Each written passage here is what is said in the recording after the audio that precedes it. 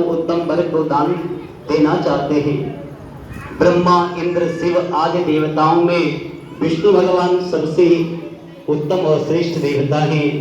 इसलिए मेरी मत से आप अपनी कन्या का कन्यादान भगवान विष्णु को कर दें।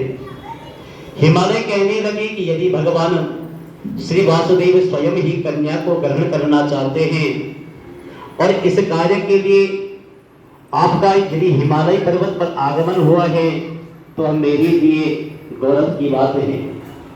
मैं अवश्य ही उन्हीं में कन्या होगा। हिमालय का यह आश्वासन सुन करके देवर्षि नारद जी आकाश मार्ग से अंतर्धान हो गए। शंख, चक्र, गदा और पद्ममाला का पीतांबरधारी भगवान श्री हरि के पास पहुंचे।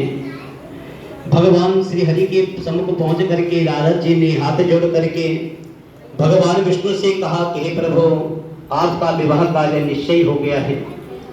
इधर हिमालय ने पार्वती जी से प्रसन्नता पूर्वक कहा कि हे पुत्री, मैंने तुमको भगवान विष्णु को अर्पित, मैं तुम्हारा विवाह करूंगा। पिताओं को सुनते ही माता पार्वती जी अपनी सहेली के घर चली गई। पृथ्वी पर गिर करके अत्यंत दुखित होकर के विलाप करने लगी, रोने लगी।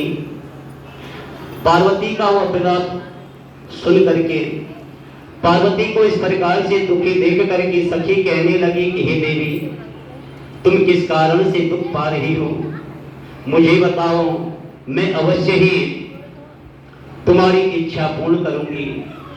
माता पार्वती कहने लगी कि हे सखी, सुन, मेरी जो मन की अभिलाषा है, मेरी मन की जो इच्छा है वह मैं तुम्हें सुनाता हूँ। मैं श्री देवादिदेव महादेव को पति रूप में मान चुकी हूँ।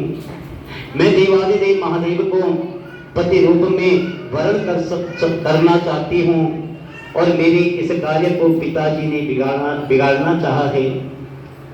माता पार्वती कहने लगी कि इसलिए मैं निसंदेह इस शरीर का त्याग कर दूंगी। पार्वती के इन वचनों को सुन करके सखी कहने लगी कि हे देवी, जिस वन को तुम्हारे पिता ने नहीं देखा है तुम वहां मेरे साथ चलो।